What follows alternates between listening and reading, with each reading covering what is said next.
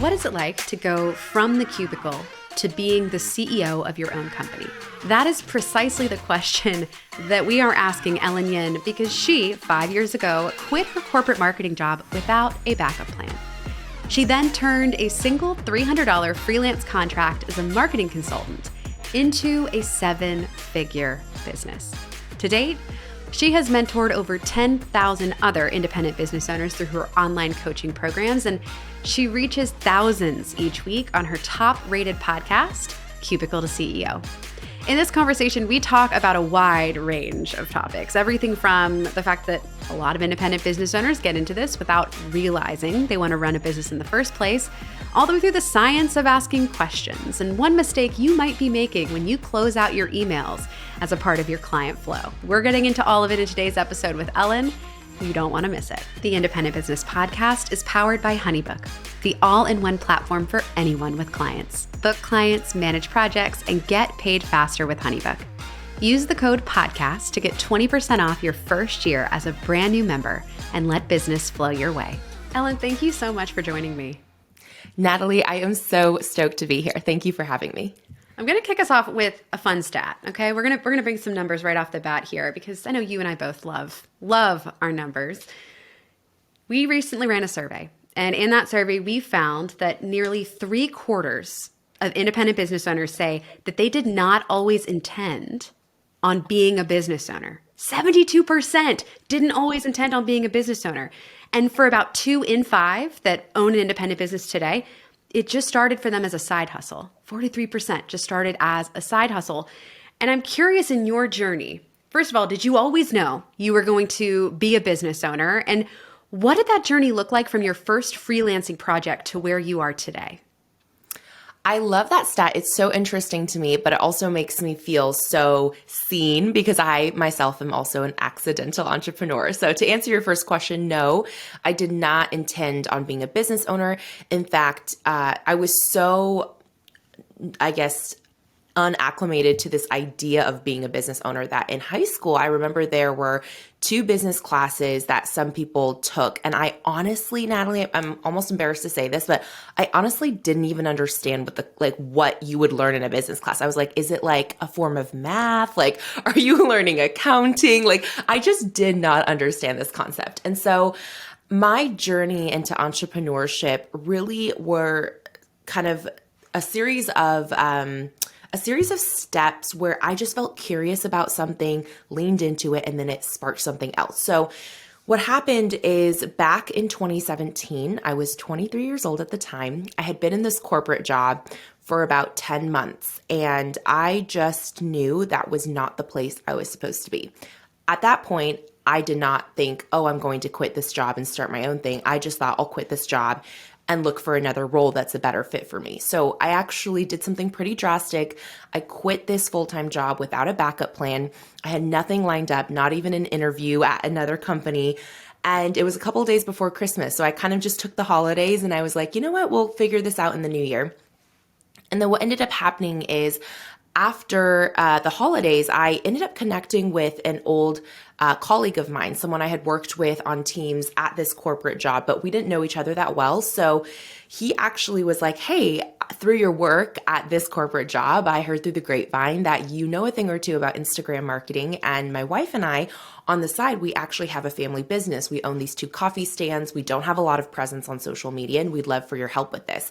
So that was my first freelance project that started it all, Natalie. It was a $300 invoice. I remember that clearly. I had to go to dinner with them to propose the thing in person. It was a whole ordeal, but it really opened my eyes to this opportunity that I have a skill set that I can monetize outside of a traditional job structure. And that's what started it all. Wow. So truly, from a $300 invoice to a 7-figure business? Yeah. I mean, 7-figure business, I always hesitate how that term is used because different people think of it differently. We have made more than, I think at this point, $2.5 million in the business over the course of the last 5 years. I have not made 7 figures in a single year. So it depends on how you define that. But yes, either way, it's just mind blowing to me because standing there with that client when we signed, the paper, I would have never pictured being where I am today. That's amazing. What were some of the challenges that you faced in that experience of going from, first freelance project all the way to the company that you've built now? What were some of the hurdles and obstacles? Yeah, I mean, I think this might be not exactly the answer that you would expect, but my naivete was a big superpower for me. I think I didn't know what I didn't know because I wasn't one of those people that carefully prepped and planned to exit the corporate life and start a business. I kind of just didn't have a whole lot of fear in a weird way going into this because I didn't have a whole lot of expectations.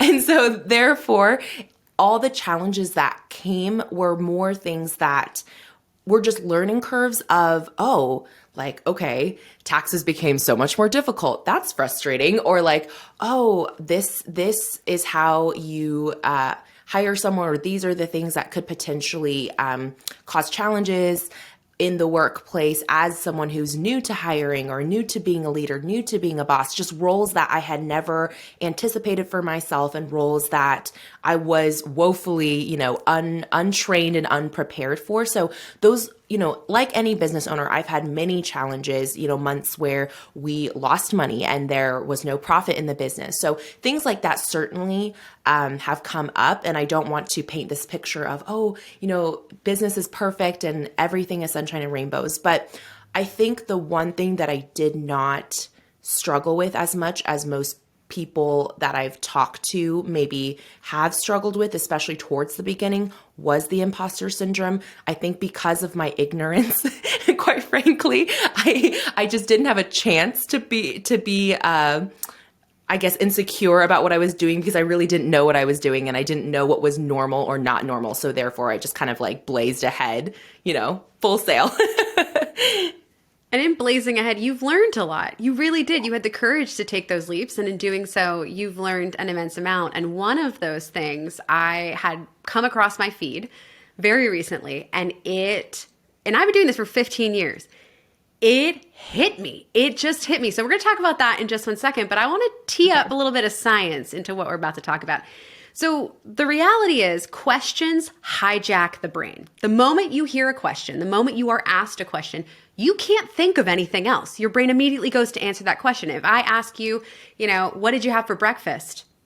And I give space for that, you are immediately trying to remember, what did I have for breakfast? And you lose sight of all the other parts of the conversation. And that is a very powerful tool. Back in 1993, social scientists Vicki Morowitz, Eric Johnson, David Schmidtlein conducted a study with more than 40,000 participants that revealed that simply asking someone if people were going to purchase a new car within the next 6 months increased the likelihood they would purchase a car by 35%. Asking them the question. And by the way, this isn't the only study that has shown that. An even earlier study was published in the Journal of Applied Psychology, asked citizens whether they were going to vote in an upcoming election. Now, asking them that question, just asking them if they're going to vote, it increased the likelihood that they would vote by 25%. And I say all of that to say questions are incredibly powerful as you're moving into this independent business CEO mindset. And so you were sharing what you called a conversion killer, I believe, in how a lot of us are ending our emails. And so you said, stop ending your emails with, let me know if you're interested. Why? Why should we not end our emails with, let me know if you're interested, and what should we do instead? Natalie, I am so excited that you are equally as passionate about this as I am, and the fact that you took the time to do all of that research. So cool. I didn't know some of those data points, but it makes complete sense as you're sharing them. So the reason why I recommend people do not end their emails with "let me know if you're interested" is because a statement does not invite conversation, right? A statement, essentially when somebody reads that, you're giving them permission or essentially you're automatically giving them that leeway to be like, oh, I'll just take a mental rain check on responding to this, because there's no open loop, right? We as humans, we are primed to respond to questions, as you said, and we don't want to leave people hanging. It's the reason why when you said, hey, if you ask someone a question like, what did you have for breakfast? based on social norms, it would be really weird for you to sit there and just be completely silent, right? Like, of course you're going to respond to that question. It's kind of the same thing digitally. If you ask someone a clear, direct question, especially at the end of the email, the likelihood that they will respond is much higher because they don't want to leave you digitally hanging, right? They want to close that loop and answer that question. A statement does not work the same way because a statement is essentially, it's essentially saying, okay, somewhere down the line, if you remember that you're interested, and if you even remember to respond, let me know. Let me know. And it's just such a close-ended way to end an email, but I see it happen all the time. And it's not just let me know if you're interested, it's all of its variants, right? Let me know if that works for you. Let me know if you want to meet. All of those things are examples of someone reading that and going, okay, I'll take a mental rain check on your question or your statement rather. And I'm guilty of doing that myself. When I get an email that ends in that way, I will very likely leave it unread in my inbox, thinking that maybe one day in the future when life isn't so chaotic, I will get back to that email. And spoiler alert, friends, is life ever not that chaotic? No, I never go back. And then so much time passes that I feel so much guilt about never responding that unfortunately, I become the ghost that we all dread, where I just archive it and move on with my life. So you are nailing a very key aspect of human behavior. Now, for the person who normally ends the email that way, okay, who says, okay, just let me know if you're interested, and I'm using my passive voice here intentionally because that's how I read it when I read that in someone's email to me. What should we do instead? How should we close out that email? Do you have any recommendations for us? I do. I want you to think of yourself as a guide, okay? Think of yourself as, how can I make this the easiest possible for someone to respond, for them to burn the least amount of brain calories to know what they should say? Because that's another thing too, is when you place the responsibility on someone else to respond, sometimes because their lives are chaotic or because they have a lot going on, it can almost feel overwhelming, like, oh, I better wait to respond for when I have time to really sit down and think about what I'm going to say, right? We've all felt that way before. But when someone asks us a very clear, specific question, it reduces that friction of responding because we don't have to sit there and think about all the possible things we could say. We only have to answer that one direct question. So a good question you could ask is, would you like to move forward with this? Is this a good fit for you? Which of these options do you prefer? What time would you like to meet?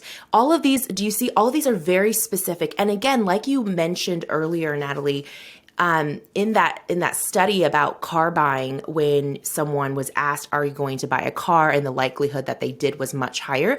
I think it's because you are placing a direct intention in someone's mind, right? It's at the forefront of their brain. So again, if you're asking someone, would you like to move forward with this? That intention is now sitting in the front of their brain. They're thinking, well, I need to decide, do I want to move forward with this? Yes or no? And I think helping someone make a decision, facilitating a decision, is one of the most powerful moves you can make in business, especially when it comes to conversion and sales. I love that so much. And this is a great reminder for anyone listening. This is the time. Go back, revisit your client flow, look through those email templates. Are there little tweaks you could make based on all of that advice that Ellen just shared right now today? It can take 2 minutes. That's it. Jump into a template and conclude it with a question. End with a strong question. I love how tactical and actionable that advice is. One thing that I really love about you, Ellen, is just how innovative you are in marketing yourself, your business. You aren't afraid to try new things. You take risks. You are constantly paying attention to, what's happening on different platforms. And so I'm really curious, is that something that comes naturally to you? Is that something you've had to learn as a business owner? And any tips you have for us in just being so innovative ourselves when it comes to marketing our independent businesses? Well, thank you for that huge compliment, Nat. Honestly, I think it's something that has always come naturally to me, mostly because I'm a very curious person. I think curiosity is one of the most underrated strengths that you can have as an entrepreneur. So it's not that I know everything or I'm this genius or, that just everything comes easy to me. It really is because I'm willing to get curious and ask a lot of questions, and therefore in conversation with people, idea spark. And so I think that's the key to creativity is actually collaboration. And so even, for example, when we're talking about, let's say, partnerships, especially between brands, is a huge part of our business model as a media company. So we have to talk to brands all day long and really understand what are their goals for this year? What initiatives are they working on? What incentives can we align on? And that requires a lot of curiosity. It requires a lot of question asking and thinking about, okay, so this is your goal over here and this is our goal over here. How do we meet in the middle? How do we find fun ways, creative ways, unique ways to pour both of our resources and our communities together in order to achieve one shared common mission? So, we've had the pleasure of working with HoneyBook before as a partner, and it's so much fun. I think if you treat business like a game and you don't think inside this rule book of, okay, it's always been done XYZ way, therefore I need to follow this formula, but instead you look at it like, okay, if I roll this dice and move my character over here and color this a different thing, what could happen? And just staying very open to those possibilities is such a game changer. When I hear you say that, I hear and am reminded of the fact that when we experience immense amount of pressure in business, when we feel the weight of that pressure on us, it increases a lot of the stress hormones in our bodies, cortisol, for instance. And that actually makes our brains more rigid. It actually inhibits us from kind of having that plasticity that allows us to think beyond the bounds of what we know. I think of it a lot like a GPS. Like it's kind of saying, when we feel that pressure, we feel like we have to zero in and go from point A to point B. And there's no room for detours, no room for exploration, innovation, adapting, none of that. But what I'm hearing you say is instead of feeling that pressure, you've had this mindset of curiosity and play. And that curiosity and play, what it actually does to the brain is it increases levels of endogenous cannabinoid. Oh, hold on. It increases levels of cannabinoids and opioids that are endogenous to our bodies, right? Like that aren't from the outside. We're not talking about drugs here, friends. We're talking about actual hormones you already have inside of you. It increases levels of those sorts of things. And what it does is it actually makes your brain more plastic. It enables you to see possibilities that you wouldn't have seen before, to put yourself in positions that maybe you wouldn't have put yourself in before. We'll link to some really cool science on play in the show notes if that's something you're interested in. And I know the Huberman podcast has an amazing episode on this. Highly recommend listening to as well. The point being, I'm hearing that level of play and curiosity kind of abound in your overall approach to business and life. And you can see how that has played out in your ability to grow, in a multitude of ways. Now, leaning into that growth that you've experienced, you've gone from just being, a team of one, your own boss. And that, as we all know, is hard enough. That is a challenge as a solopreneur. If that's the position you're in, that is hard. But you've expanded your team. You've grown and brought on employees. I want to talk a little bit about that. One, when did you know it was time to hire? And two, what have you learned as a leader in that experience of going from just leading yourself, which again, we know is hard, to leading a team? Oh my goodness, we could talk for hours about this, and I'm still very much in the trenches learning as a leader on this particular topic. I think it's actually my weakest area as a business owner, in terms of my own skill set and aptitude for, that part, like friendship, connection comes really easy to me. Management does not come easy to me. It is like not something that I enjoy or that I thrive in. So I would say my first hire, my first year in business, 2018, completely solo. I did all the projects, all the things, wore all the hats. In 2019, my second year of business, I hired a part-time contractor to start helping me with some of our client accounts. At the time, our business model was still a boutique marketing agency. So we were doing done-for-you social media management for a multitude of clients. And so I brought her on to help with, small things at first. I think actually her first project was literally putting together like a kind of like a capstone report for this influencer marketing campaign we had run for a client. And then it kind of delved into, okay, could you help with hashtags here? Could you populate some captions here? And it just kind of snowballed, And actually by that summer of 2019, she had, really taken on a lot in that business, and then soon after became my first full-time employee. And then it's funny looking back because, my business, although we're more than 5 years now in the grand scheme of business, we're still very much a baby, right? When you look at legacy businesses that have been around for generations. But it's really one thing that I hold very dear is that very first employee eventually went on to create and start her own business, but she still is part of our team to this day in a different role. Her role has changed many times. She's now a community manager in one of our programs. But the fact that we've kept that relationship so strong over the years and have been able to adapt to each other's changing lives and changing businesses, I think speaks volume to the privilege that we have as independent business owners to not do business the expected or corporate way, to not have to, completely cut ties with someone because their ambitions may change or whatever it may be. So we have that adaptability as independent business owners that I think we really, really need to lean into. So anyways, from that point, fast forward to this day, I have 2 full-time employees and a few amazing contractors that I work with on a regular basis to help produce all of the content that we put out on Cubicle to CEO, to help with client work. And I think the biggest lesson that I've learned in leadership and hiring is when you are starting out as an independent business owner, as a solopreneur, everything in your mind, speaking of questions, everything that you come across, your natural question is, how do I do this? Or what do I need to do, right? You're asking a lot of how and what questions. The more you evolve as a leader, the more you have to train your brain to not ask so much how and what, but instead who.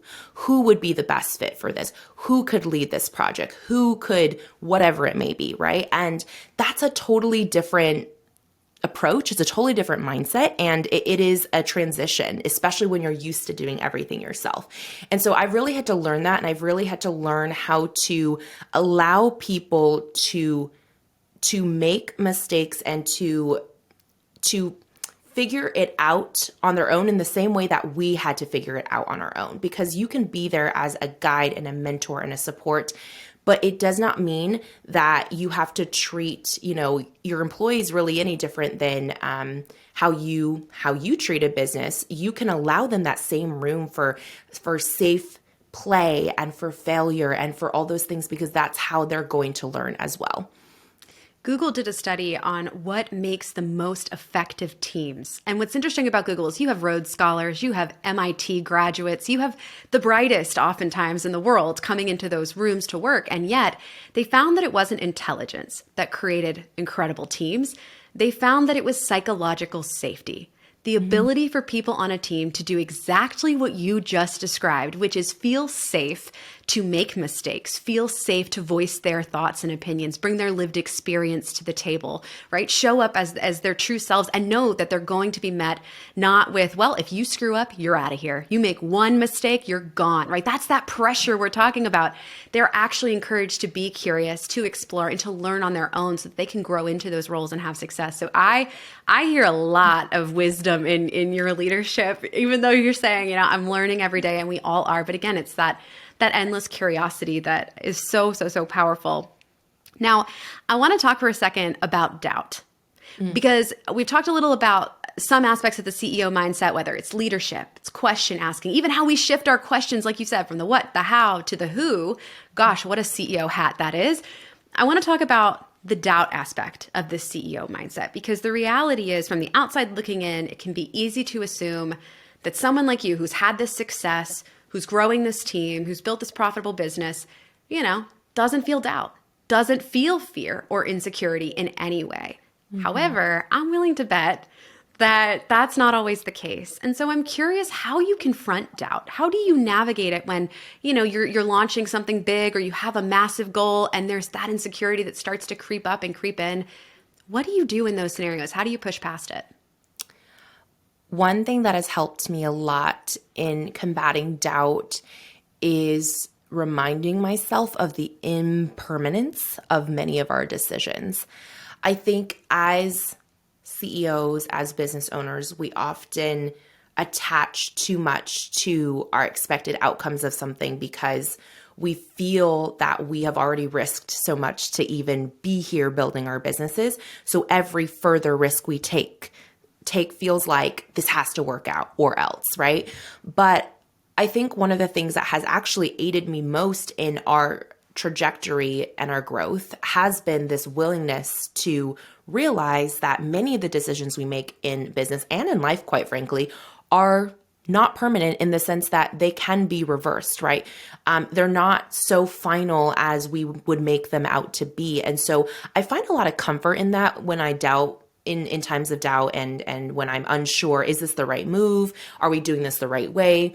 I think, okay, I can sit here and think all day in my head, but the truth is, and you and I both really align here, the data is going to tell the true story, right?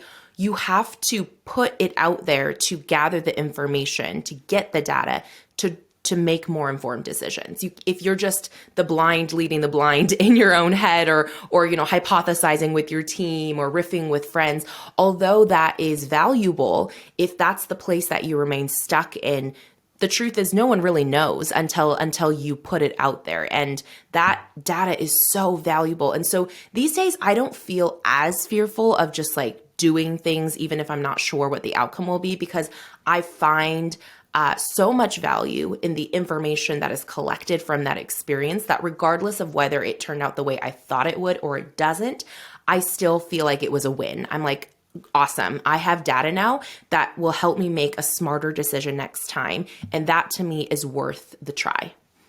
I love it. You do a lot with transparency as well. So you talk about, the data you're getting internally and how you're kind of navigating that. But I do want to shine a light on the fact that you are incredibly transparent when it comes to numbers. And you even share on your podcast, income reports, for example. You are not one to shy away from getting real about the numbers. And I'm curious as to your why there, because I have a suspicion there might be something deeper going on here to see someone at your level to just be so transparent with numbers, talking about it, bringing that into how you educate.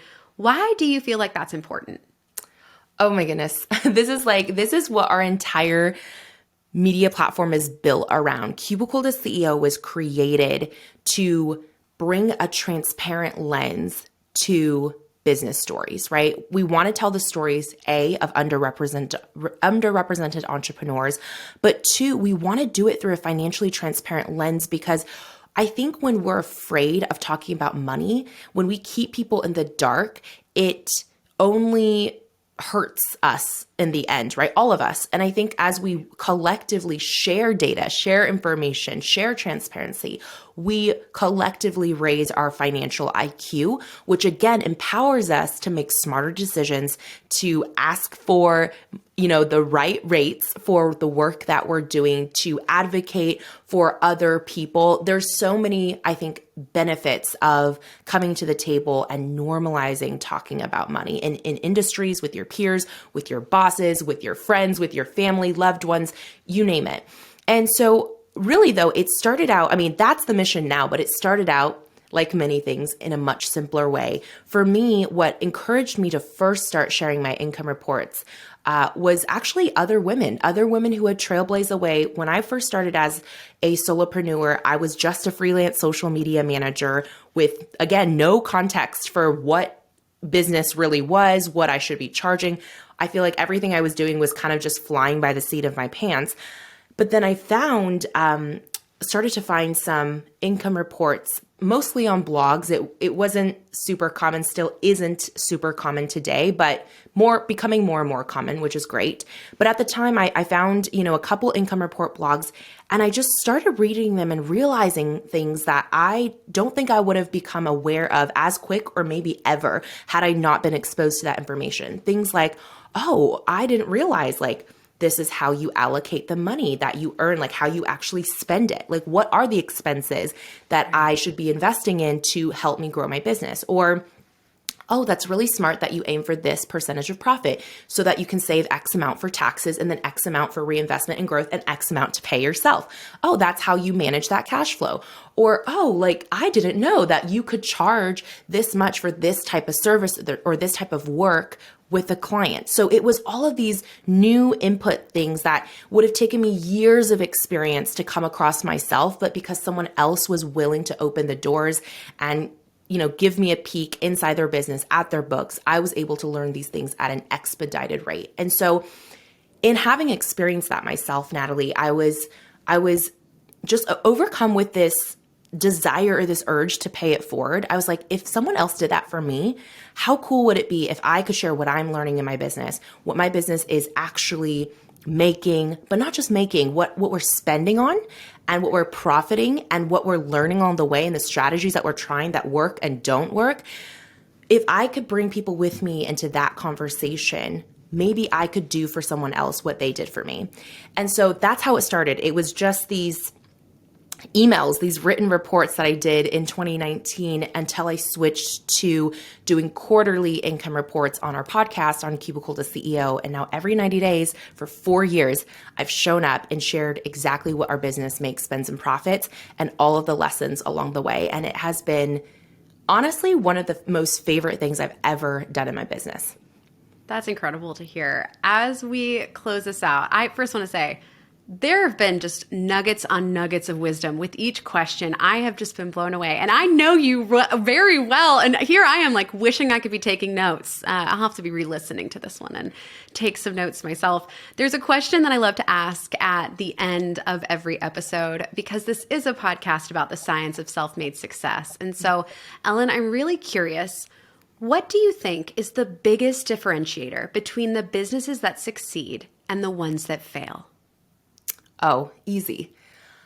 It is an affinity for failure, a love for it, actually, the desire to fail as often as possible. Because like we talked about today, Nat, data drives everything, right? And you truly cannot become the person you want to be or grow the business you want to have if you are basing everything, filtering everything through the lens of your own lived experience, because what you know limits what you can dream, right? And so until you put yourself out there and experience a lot of things, meet a lot of people, fail a whole ton, it's not possible for you to think bigger. And so when I look at all of the most successful entrepreneurs I admire, they are hand in hand with failure. They are linked together and they're excited about it. And so I think if you can fail forward and fail fast, you are going to do so much for your business compared to just trying to, navigate everything with as much perfection as possible. What an answer. Ellen, I have no doubt that our listeners are going to want to know where they can find you, what you're working on. Can you share that with us before we close it out? Absolutely. Well, again, thank you so much for this conversation, for this time. If you enjoyed my conversation today with Natalie, please come hang out with us on our podcast, Cubicle to CEO, wherever you're listening to this one. And our show, we ask successful entrepreneurs the business questions you can't Google. So actually, Natalie and Cubicle to CEO, like these two podcasts, the Independent Business Podcast and Cubicle to CEO, are such a great pair because on one, you get to look at all of the amazing science that you can Google, but probably don't take the time to, right? So Natalie shortcuts that for you. And then on our end, you get to listen into all the questions that you really can't discover on Google. So that would be the best place to hang out. But if you want to just shoot me a note to say hi, I am on Instagram at Miss Ellen Yin, and I would love to chat with you and hear more about your amazing independent small business. And I can say her podcast is phenomenal. So if you've enjoyed any of our episodes, you need to also hop over there, hit that subscribe button, and make sure that you're listening in as well to the Cubicle to CEO podcast. Ellen, thank you so much for joining me today. This has just been incredible. That ends our episode of the Independent Business Podcast. Everything that we've discussed today can be found at podcast.honeybook.com. Head to our website for access to show notes, relevant links, and all of the resources that you need to level up. And if you've enjoyed today's episode, be sure to subscribe to the podcast so that you never miss our future content.